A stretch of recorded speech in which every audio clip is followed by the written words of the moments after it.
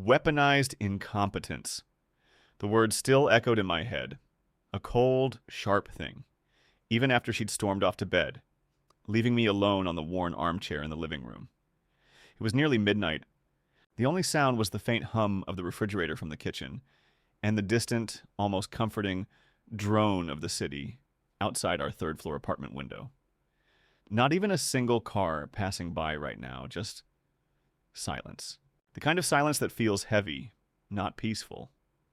I just sat there, phone in hand, thumb hovering over Reddit, not even sure what I was looking for. Validation? An explanation? I don't know. I really don't. This isn't how I ever pictured my life would look at 42. 42 years old, married for 12 of them to Clara, who's 39 with 2 kids, Leo, who's 9, and Sophie, 6, sleeping soundly down the hall, oblivious to the absolute mess their parents' lives had become. Or maybe just my life. She'd used the phrase before, maybe a few times, usually in a half-joking, exasperated tone. But tonight it wasn't a joke. Her voice had been low, shaking with a kind of fury I hadn't seen in her in years. Not since that awful fight about my mom years ago, when Leo was barely a toddler. This was different. This was targeted, personal, and it sliced right through me because, honestly, I just don't get it. I try. I really do. I try to help. I try to do things around the house with the kids, with the bills, with everything that needs doing. I work full-time, too, same as her, though my hours are a bit more flexible with the consulting gig. I bring in good money. We've built a decent life here in Silver Spring. A good school district for the kids, a park just 2 blocks away, a little balcony garden Clara loves. It all looks so normal from the outside, but inside it feels like everything is crumbling, slowly, agonizingly, piece by piece. She says I make things worse. She says my help is just another burden for her to manage. Another thing she has to fix or redo or explain. That's what she meant by weaponized incompetence. That I either pretend not to know how to do something or do it so poorly that she just gives up and does it herself, cementing the idea that she's the only one capable. It's insane to me. Why would I want to be incompetent? Why would I want her to carry all that? I love her. I love our kids. I don't see it. I genuinely think I'm trying. Maybe I mess up sometimes, sure. Who doesn't? But the idea that it's some kind of deliberate manipulation, that I'm weaponizing my inability to, load the dishwasher correctly or book the kids' dental appointments on time, it's just beyond me. It feels like she's accusing me of being a malicious idiot. And the worst part is I'm starting to believe that she actually believes it. That this isn't just an accusation. It's a deeply held conviction for her. And if she truly thinks I'm doing this to her on purpose, then what do we even have left? How do you fix that? How do you come back from someone thinking you're intentionally making their life harder? This isn't just a rough patch, not like the ones we've weathered before. This feels like the end of something. And I just don't know where to even begin to untangle it. It's hard to trace back exactly when the cracks started showing. But looking back now, with this ugly phrase ringing in my ears, I can see the faint lines, even in the early days. We met in the fall of 2008 at a mutual friend's housewarming party in DuPont Circle. I was 30, she was 27. Her name is Clara Vance, and she was a graphic designer then, just starting out. Full of energy and this amazing, infectious laugh. I was working at a tech startup, already feeling a bit jaded by the whole grind. She walked in wearing this bright yellow dress, and I swear, the whole room just seemed to get a little brighter.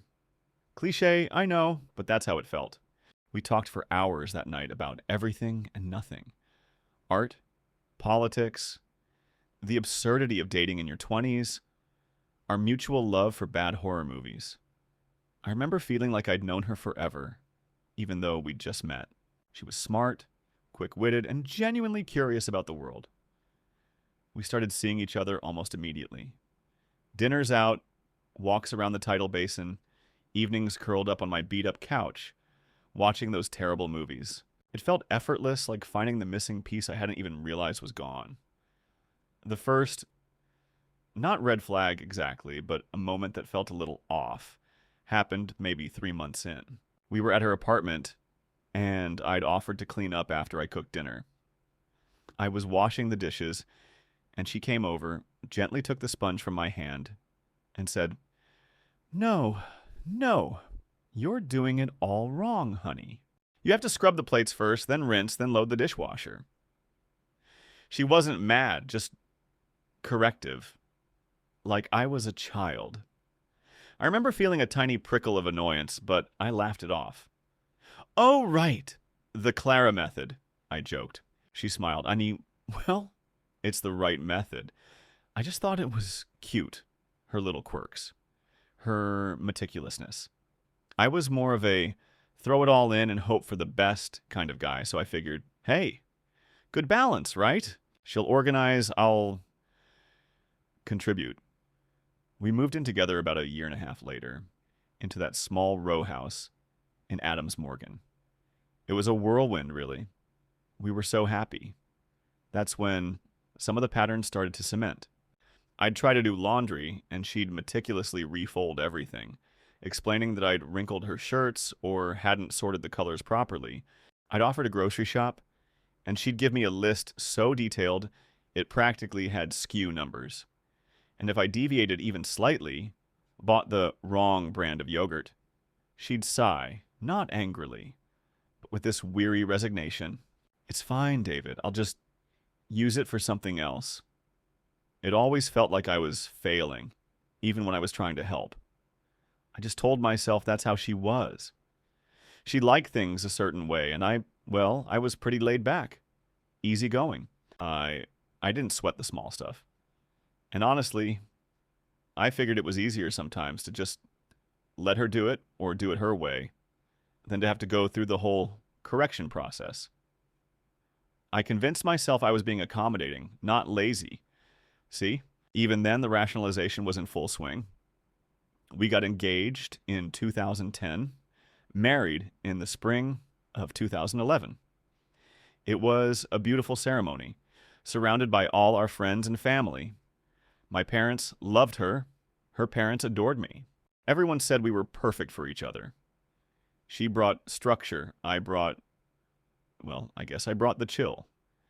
When Leo was born in 2013, everything shifted, as it does. The stakes got higher. The house got messier. The hours longer. Clara was amazing with him, a natural mom. Me? I was a bit clumsy, a bit unsure. She'd jump in to change diapers if I was too slow, or correct my swaddling technique. No, his arms need to be tucked in tighter, like this, see? And I just let her, because she was better at it. She was faster.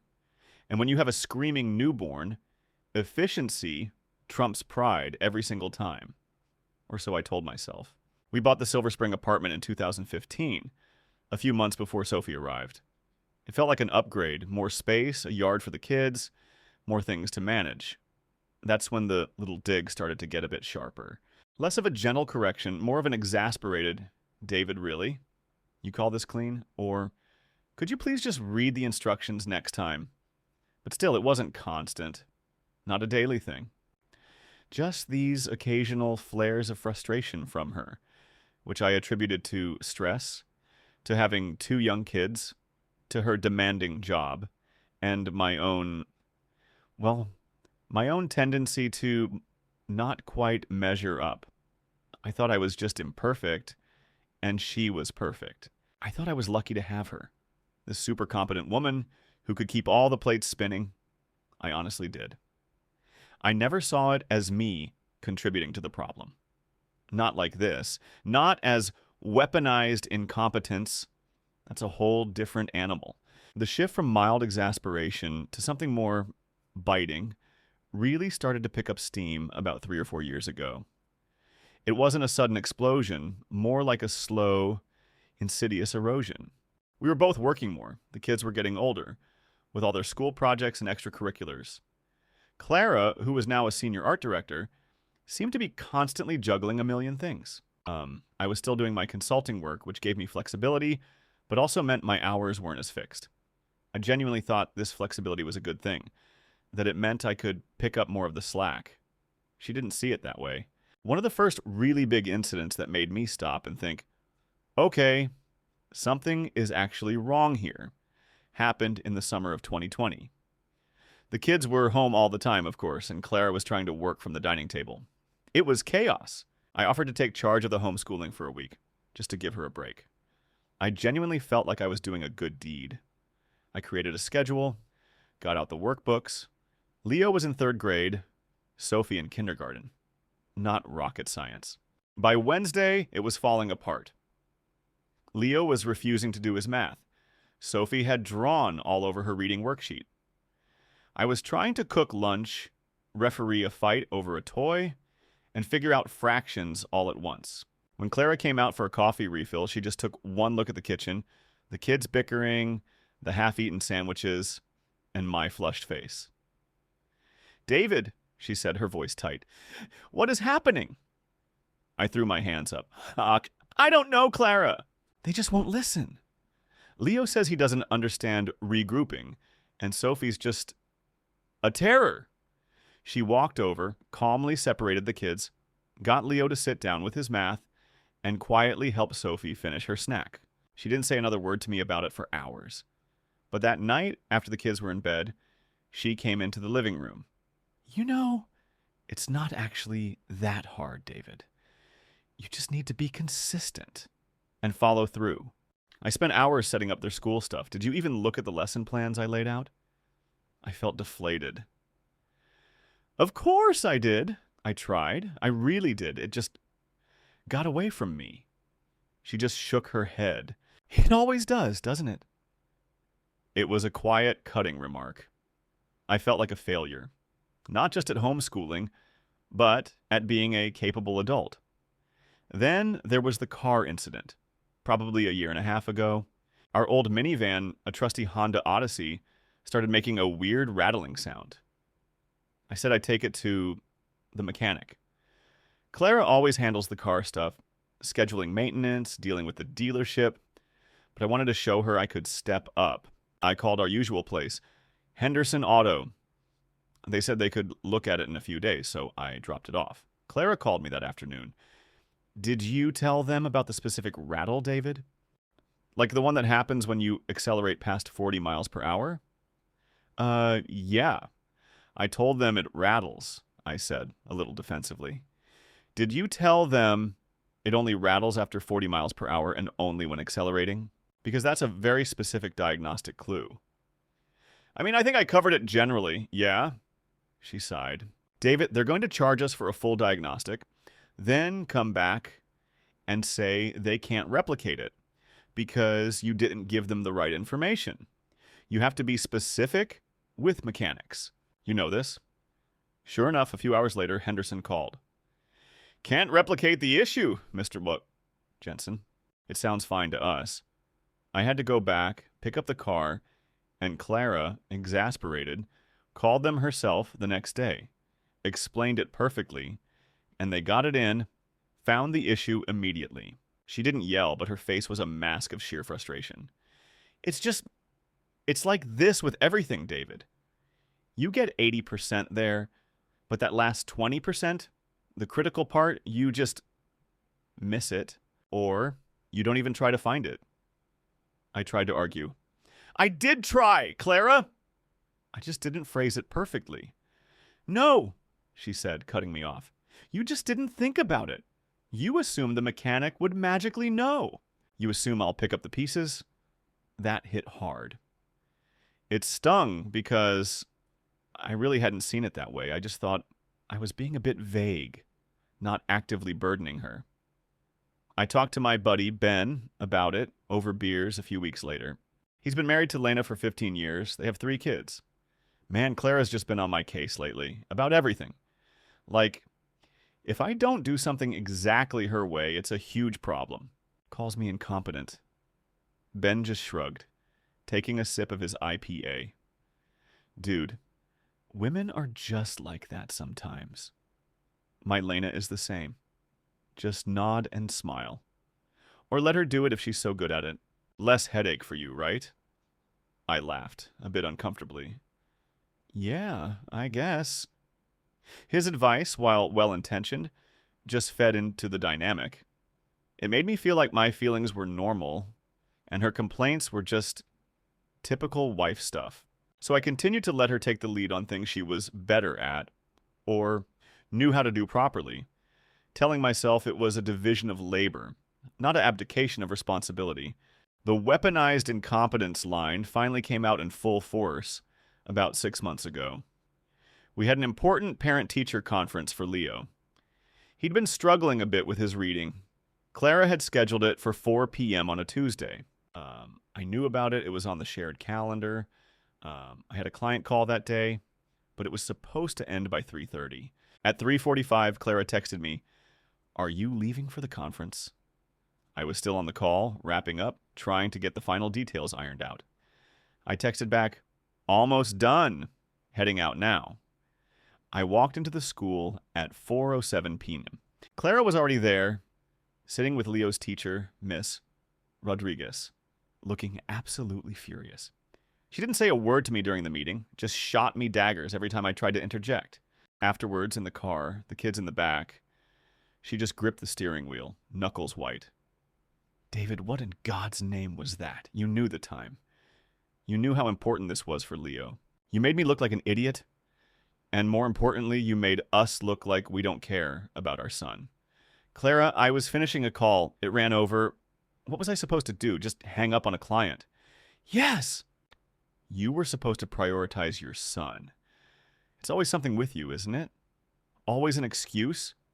You know what this is? It's weaponized incompetence. You pretend you can't manage your schedule. You pretend you can't handle things. So I have to do everything. Every single damn time." I was stunned. The sheer venom in her voice. The accusation.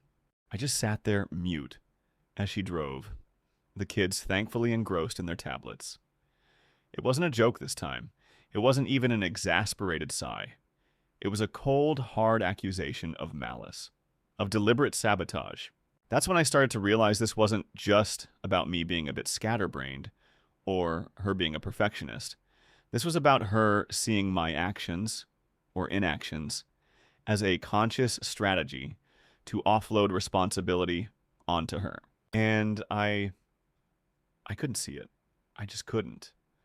I thought I was trying. I thought I was just imperfect, but she saw a weapon. And that's a terrifying thought to sit with, especially when you can't recognize the weapon in your own hand. The moment of truth, the one that finally shattered whatever illusion I was still clinging to, came on a rainy Tuesday morning just a few weeks ago. The kids were at school, Clara was already in her home office, the small spare room we'd converted, and I was downstairs, theoretically working. My consulting gig has me mostly remote, and sometimes I just get distracted. I was procrastinating on a presentation, scrolling through news articles, when my phone buzzed. It was a text from Clara. "Hey, did you get the email about Leo's field trip permission slip? Needs to be in by Friday. Sent it last night." I hadn't seen it. My inbox is a wasteland. I have 1,000 different subscriptions, client updates, spam. I've tried to organize it, but it just piles up. I opened my laptop, typed Leo field trip into the search bar. Nothing. I scrolled back through my emails from last night.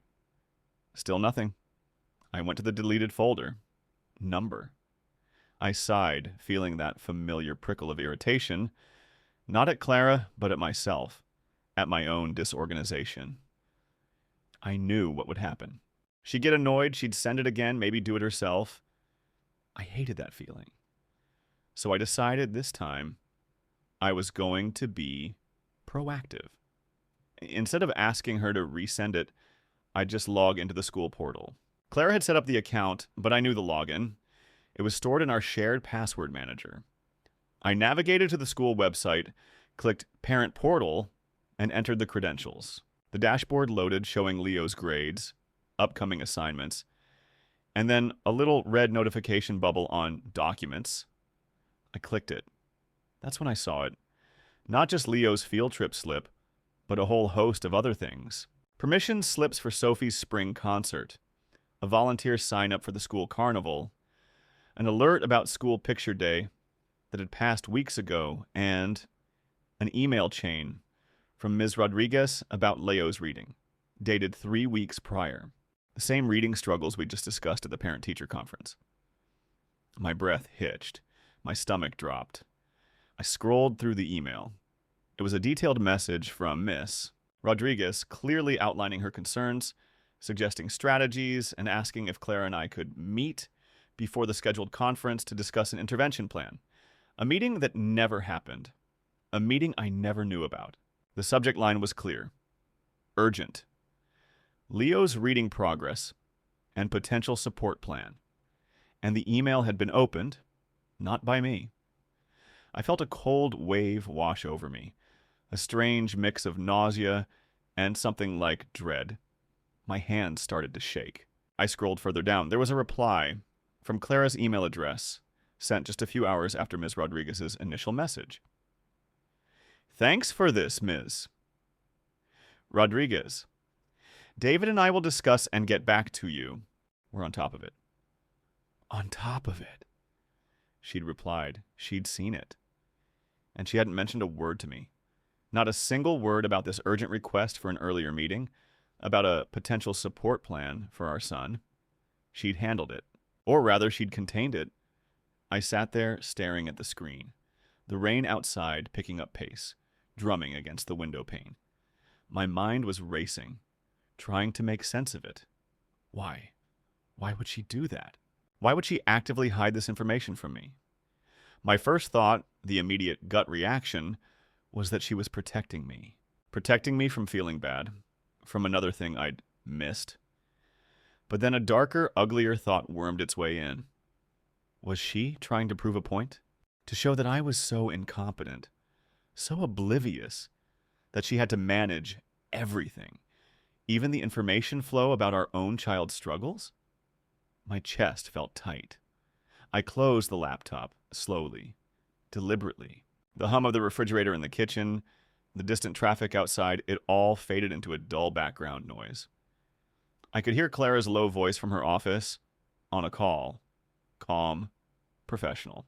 I stood up, walked to the kitchen, and poured myself a glass of water, my hand trembling slightly. Took a long, slow sip. The water tasted metallic. I walked back towards the living room, but then, impulsively, I detoured to her office. Her door was ajar. I pushed it open a little further. She was on a video call, headset on, gesturing animatedly. Yes, so the Q4 projections are looking solid, but we really need to pivot on the ad spend. I just stood there, watching her, really seeing her for the first time in a long time. She looked tired. Lines of stress around her eyes, but still sharp. Still in control. The woman who handled everything. The woman who covered for me. The woman who, apparently, had been actively concealing information about our son. She glanced up, saw me standing there. Her eyes widened slightly. A flicker of surprise, then irritation. She muted her mic. David. Everything okay? I'm on a call. Her voice was low, hushed. I just stood there, feeling the weight of that email chain, that hidden information pressing down on me. I didn't even know what to say. My throat felt thick. The email, I managed to croak out. My voice sounded foreign, shaky, about Leo's reading. The one from Miss Rodriguez, 3 weeks ago, before the conference. Clara's face, usually so expressive, went completely blank. Her eyes narrowed just imperceptibly. She leaned forward, pushing her chair back slightly from her desk. What email are you talking about? She asked, her voice flat, devoid of its usual warmth. The urgent one, I insisted, my voice gaining a bit of strength, though still trembling, about needing to meet to discuss a support plan. You replied to it, said, David and I will discuss. A long pause hung in the air, thick and uncomfortable. I could hear the faint tinny sound of voices from her headset, the unmuted participants of her call waiting. Clara just stared at me, unblinking. Her jaw tightened. Her lips pressed into a thin line. It was like watching a switch flip. The calm, professional exterior evaporated, replaced by something cold and hard.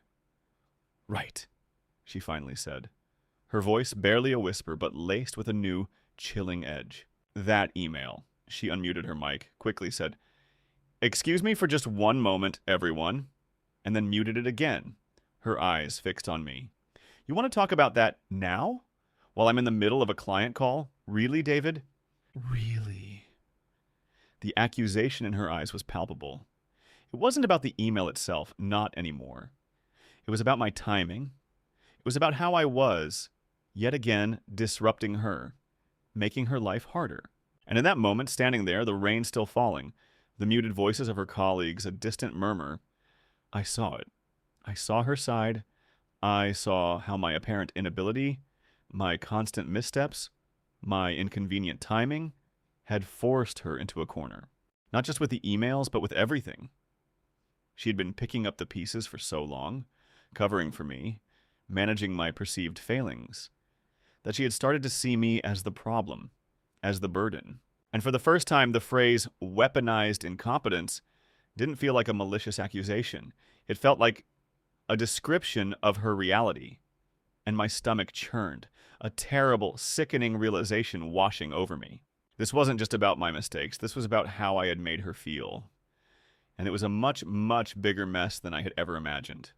The fallout from that Tuesday morning was immediate and brutal. Clara ended her call abruptly, walked straight past me without a word, and went into the kids' bathroom to splash water on her face. When she came out, her eyes were red, but her voice was steady, chillingly so. "Get out, David!" Just get out. "I can't look at you right now." I tried to protest, to explain, to apologize, but she just pointed a finger at the door. "Go. Stay at your parents' or a hotel. I don't care. Just go." I didn't argue. I packed a small bag, the kids' confused faces watching me from the hallway. Leo, always observant, asked, "Daddy, are you going on a trip?" I just mumbled something about having to go help Grandpa with something. A stupid, pathetic lie that even I could barely believe. I drove to my parents' house in Potomac, feeling a profound sense of shame and disbelief. My mom, Eleanor, took one look at my face and knew something was terribly wrong. I told her bits and pieces, avoiding the ugly phrases, just saying, Clara and I were having problems. My dad, Arthur, just sat there shaking his head. "Relationships are hard, son. You gotta work at them." Generic advice that felt utterly useless. The next few weeks were a blur of practical problems and raw emotions. Clara blocked my number for a few days, only communicating through text about the kids' schedules, usually forwarded from her sister Brenda. It was like I had been completely cut out. Our finances were a mess to untangle. She handled most of the joint accounts, the bill payments, the investment portfolio. Suddenly, I had no idea when the mortgage was due, or if the utilities were paid. It was a stark, brutal reminder of how much I had truly abdicated. Work became a refuge and a torture. I buried myself in consulting projects, trying to prove to myself, if not to her, that I was capable of managing something. But every client deadline, every email I sent, every meeting I scheduled felt like a performative act. "See, Clara, I can do this." The thought was pathetic. I tried to reach out to friends. Ben, my buddy from before, listened to my updated woes. "Man, she's really doing you dirty." "Kicking you out? That's harsh." He didn't get it, not really. He saw Clara as the aggressor, me as the victim of a vindictive wife. I tried to explain the weaponized incompetence thing, how I was starting to see her point, but he just laughed it off. "Don't buy into that psychology jargon, dude. She's just mad." It felt alienating. I needed understanding, not someone validating my self-pity. My sister Rachel was more direct. "David, you've always been a bit hands-off. Remember when mom used to have to redo your homework in high school because you rushed it? Or how you never learned to cook anything beyond instant ramen until you met Clara? It stung, but there was truth in it. She wasn't judging, she was reflecting. She's been carrying a lot, Dave. Maybe you need to actually listen this time. The emotional roller coaster was exhausting. One minute, I was angry at Clara for being so cold, for blindsiding me with the accusation, for not giving me a chance to explain. The next, I was overwhelmed with guilt, seeing all the moments where I had let her down, where I had genuinely, perhaps unintentionally, made her life harder. Then fear would creep in. Fear of losing my family, fear of facing a divorce, fear of becoming a part-time dad. I even researched divorce lawyers just to see what that nightmare looked like. The numbers alone made my head spin. Another financial burden I hadn't truly grasped. One unexpected discovery came when I was trying to figure out how to access my health insurance information. Clara had always handled it. I called the HR department at her company, assuming it was a joint plan. Turns out it was just her. I was on my old plan from a previous employer, which I hadn't even realized was still active and paid for by her company. She had actively maintained my benefits even after I left that job years ago, because I never bothered to set up my own. I had just assumed I was on her plan. Another thing she'd quietly managed, another burden I hadn't even known existed until it was laid bare. It was a small detail, but it hit me hard. It wasn't just about the kids or the house. She had literally been managing my essential life logistics without me ever knowing. The sheer scale of her invisible labor and my oblivious reliance on it was staggering. I started to see the mountain she had been climbing, a mountain I had unknowingly helped build. It's been almost 2 months since I left the apartment. I'm still at my parents' place, and it feels like I'm in some kind of holding pattern. Clara and I are communicating, but it's mostly practical. About Leo and Sophie, their schedules, school stuff. We haven't talked about us yet, not really. We had one short, very stilted phone call where she said she needed space, and that she didn't know if she could ever trust me again to actually be a partner, not just another child she had to manage. It hit me harder than any of the yelling. I've started therapy just for myself. I needed to understand why I was like this, why I let so much slide, why I genuinely thought I was helping when I was clearly making things worse. It's hard work, peeling back layers of ingrained habits, of assumptions, of a lifetime of being generally competent in my professional life, but shockingly oblivious in my personal one. My therapist, Dr. Evelyn Chen, calls it a pattern of learned helplessness, which sounds a lot like weaponized incompetence, but with a bit more compassion. She's helping me see that it wasn't malicious, no, but it was deeply unfair to Clara, and that sometimes passive inaction can be just as damaging as active sabotage. I'm trying to take actual responsibility now. I've opened my own bank account, set up direct debits for my bills, figured out my own health insurance. It sounds like basic adult stuff, and it is, but for me, it feels like climbing a mountain. I'm even trying to cook more, learning actual recipes, not just throwing things in a pan. I miss the kids like hell, though I see them a few times a week, usually at a park or my parents' place. They're resilient, but I can see the confusion in their eyes, the questions they don't ask. What have I learned? That being easygoing can sometimes be a cop-out. That true partnership isn't just about shared moments of joy, but shared burdens equally. And that when someone tells you how they're feeling, even if it's an ugly, painful truth, you have to listen, really listen, instead of just dismissing it or rationalizing your way out of it. I thought I was a good husband, a good father. I was, in some ways. But in the ways that truly mattered to Clara, in the everyday trenches of life, I was failing her profoundly. I don't know what the future holds for Clara and me. I want to save our marriage more than anything. I want to be the partner she deserves, the one I thought I already was. But I know it's not up to me alone. she has to be willing to try too. And I've done a lot to break that trust. Even if we don't get back together, I know I can't go back to being the person I was.